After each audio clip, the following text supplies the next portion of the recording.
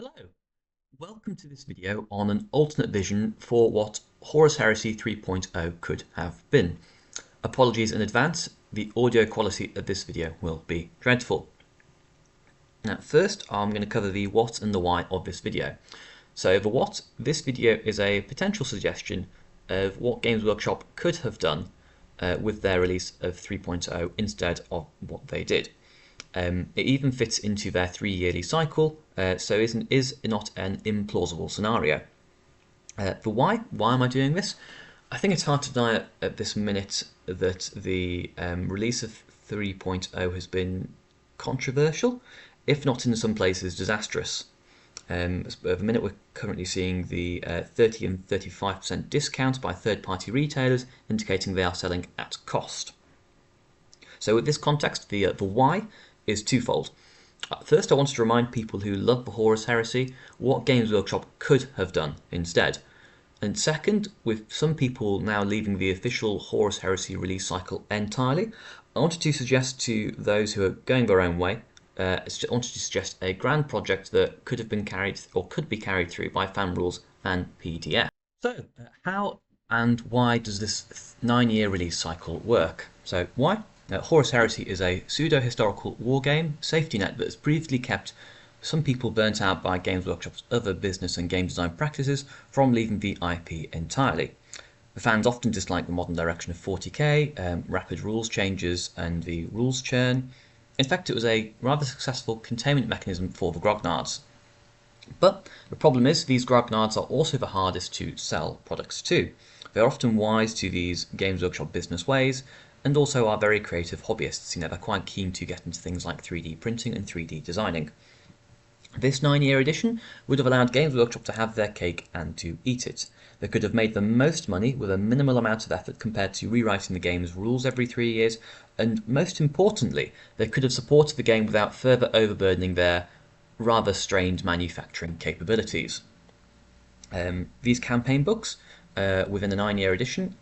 Within this 9-year edition, there would have been 3 subphases, so 3 yearly subphases, producing content in rough chronological order of the 9-year-long Horus Heresy.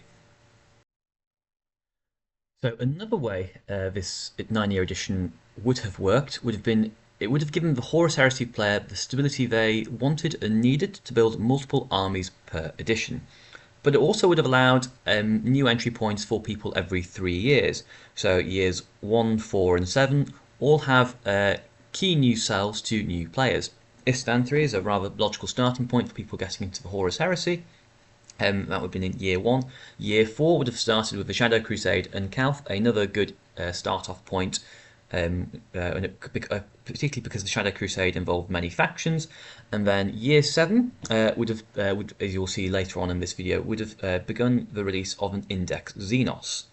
The latter would get people starting to play the Great Crusade games just in time for the end of the cycle and the start of a new cycle after the end of the Siege of Terror. Now, at the end, or rather at the start of every new 3-year release cycle, Games Workshop could have updated the levers to include the units, rights of war, missions, etc. from the previous release cycle. This would allow them to cut down on rule bloat, having to carry around 1 million books, whilst also allowing Games Workshop to sell you their rules all over again. Now, why 9 years? As I've mentioned before, it fits quite nicely into their 3-year release cycle, and also gives stability to the player, and also nicely mirrors the length or fictional length of the Horus Heresy.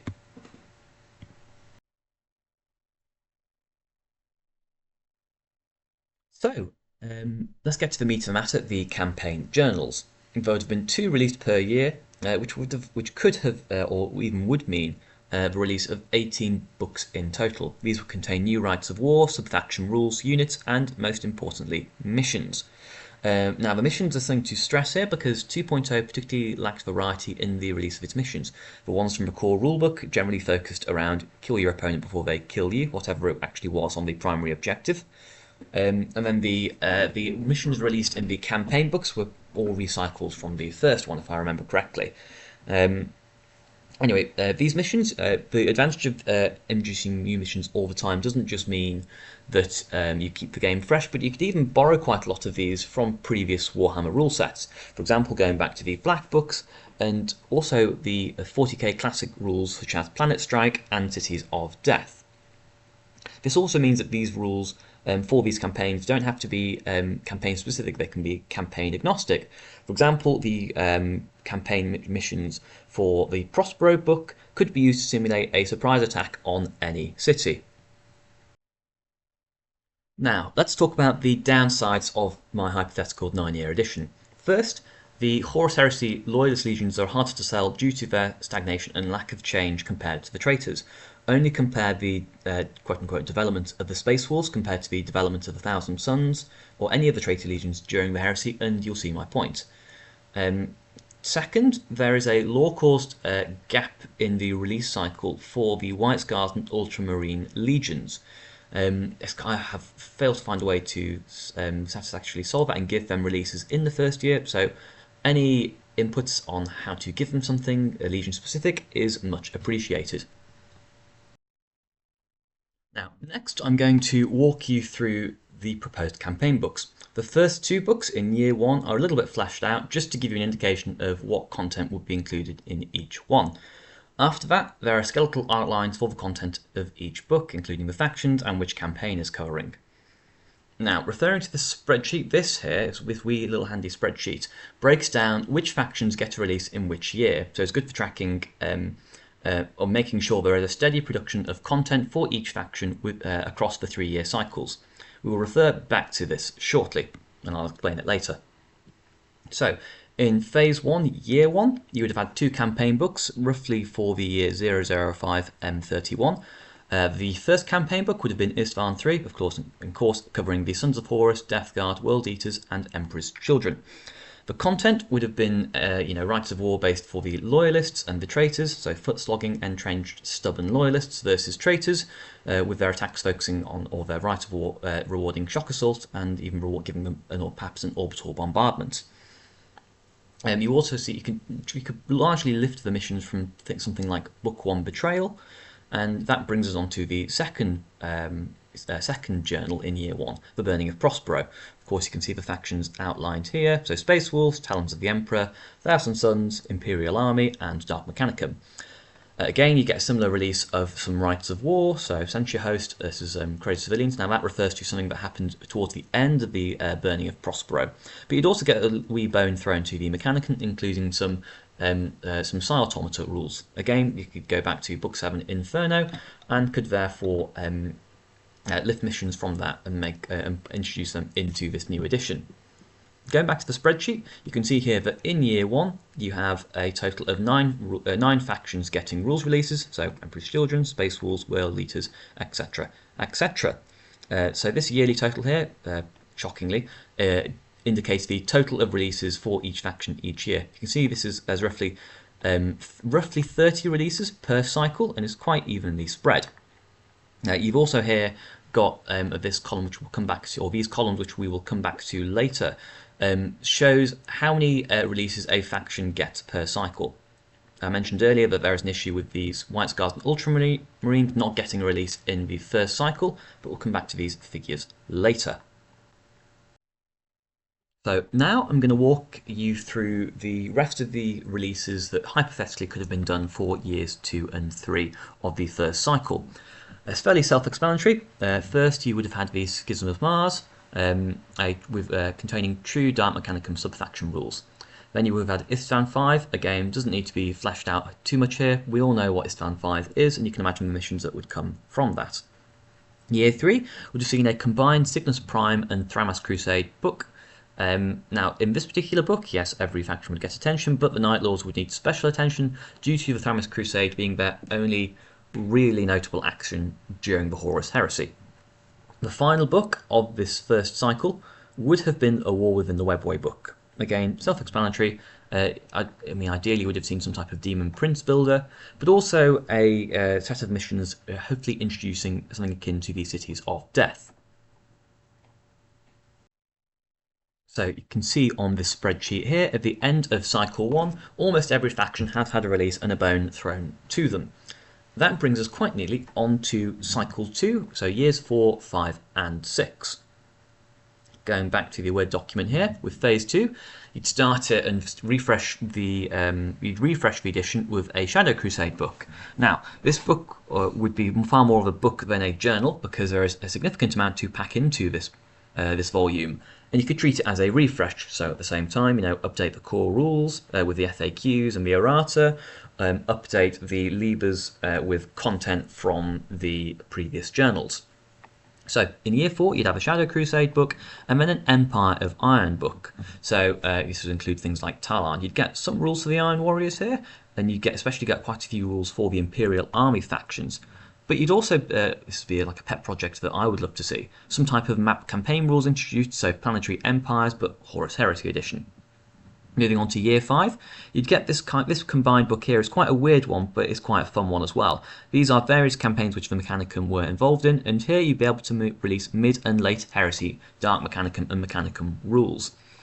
At the end of year 5, you'd have a Path of Heaven book, so this would be covering the White Scars' fighting withdrawals, including these factions here. So White Scars, Shattered Legions versus the Alpha Legion, Death Guard and Emperor's Children. In the final year of cycle 2, year 6, you could potentially introduce something like Battle Fleet Heresy, but the two main books for this, or 2 books for this year, would be a Dark Compliance book, so a mid-Heresy Traitor Legion book, followed by a Pale Stars campaign book. So this book would be the one book where Black Shields really get put in the spotlight. I've actually added the Thousand Suns and the Demons here, partly because these two factions, Thousand Suns and Demons, they don't actually have a release out in phase 2 otherwise. So you really need to add something here to ensure they get some bone thrown to them in this cycle.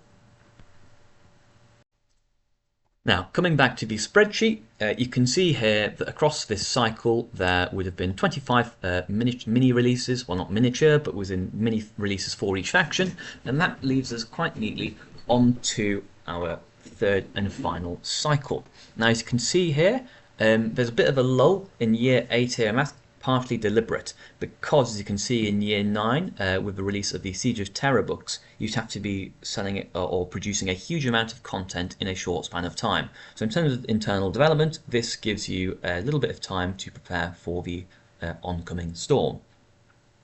Moving back onto this phase 3 cycle, you'd start with if you wanted to, or you could, or Games Workshop could have started by releasing some Great Crusade and Xenos indices. Now, what does this mean? It means that Horus Heresy is appealing to the Xenos market of 40k. Explicitly, these factions would not be receiving future supporting campaign books, but they're a way to jazz up the system, invite new players in, and also when people finish year 9 of this edition, they give them something to go back and play. Not simply the books which they've previously been playing with, but also some new Great Crusade scenarios. In terms of year 7, so the first year of this final cycle, you'd have a campaign book on the Retribution fleets and the Ruin Storm. This will be the last great hurrah of the Ultramarines and their last release this edition. You'd then have something similar with the Battle of Trisolian and Battle of Urant with the Space Wolves.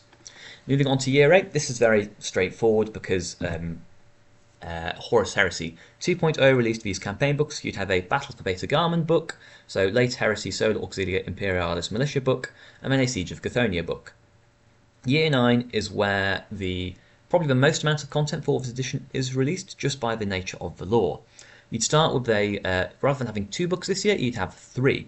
You'd have 1 book on the Solar War, including the earlier Battle of Pluto, and potentially, if you really wanted, some Battlefleet Heresy minigame released.